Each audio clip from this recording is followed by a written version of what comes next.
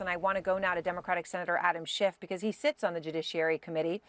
Senator, I appreciate your time. So do you think that the president is going to get this done, that Senator Cornyn and Senator Tillis are going to back down?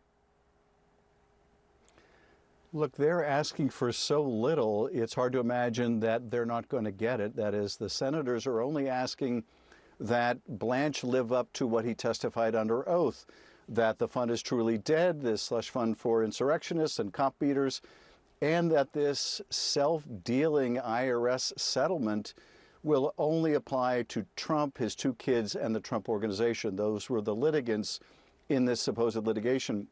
They're asking for so little. And the fact that the president is willing to walk away from his own attorney general, willing to have the country not have an attorney general unless he gets the full benefit of this corrupt bargain, is striking for the reason you mentioned, and that is the American people have nothing to do with it. He could care less what that may mean to the public.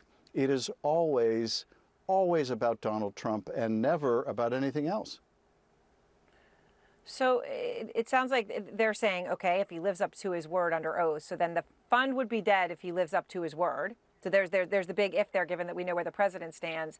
But you're also saying that the negotiation on the audits would still leave Trump and his two children in the Trump organization, which are at the center of so many of these stunning stories about deals, right, and what's being done and what the motive is. That would all still be off the table for the IRS. I think that's all that Cornyn is asking for and Tillis is asking for. They're willing to give him that. They're willing to give him all of that, potentially worth hundreds of millions of dollars. That is so little, and yet he is so greedy a president. He wants not just himself, his organization, his two kids. He wants all of their subsidiaries, all of their companies. It could be dozens of corporate entities. He doesn't want the IRS looking into any of them. And what's more, they're not even insisting, Cornyn and Tillis are not even insisting that the Justice Department not pay insurrectionists. They're getting paid anyway. The president's cronies are getting paid anyway. Michael Flynn got paid by the Justice Department anyway. There are these private settlements going on anyway. They just wouldn't have this massive fund to do it. Now, obviously, I think they should be asking for a lot more to earn their votes. Like an end to this corrupt IRS settlement, an end to any use of DOJ funds for cop beaters, but that is not what they're asking for. Well, I mean, it sounds like you're saying, you can call it a fund or not call it a fund. If you still get the payout, you still get the payout. I guess it seems right that there's going to be a deal, that they're not asking for much, as you said, that he may give them that.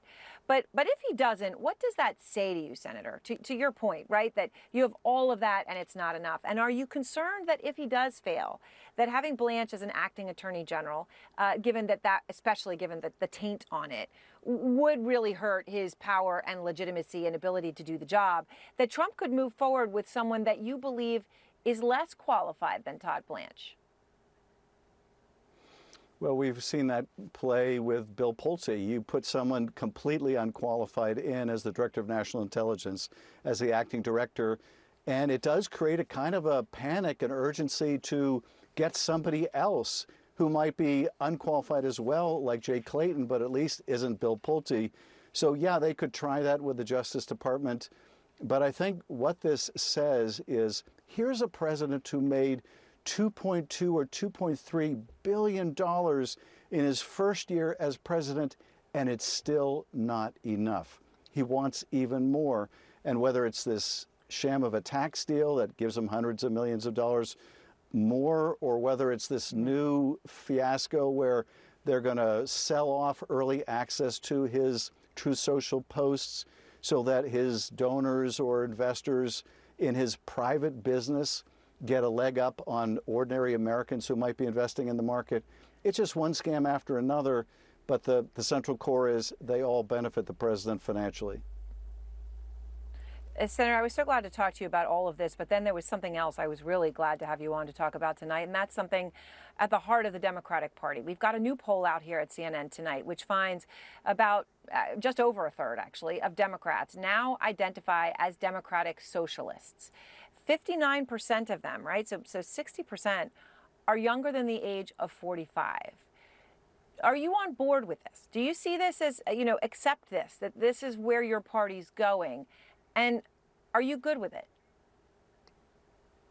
Look, I think we're a big tent party. I think we should be a big tent party, and I would rather be in that big tent in the majority than be a smaller party that is stuck forever in the minority.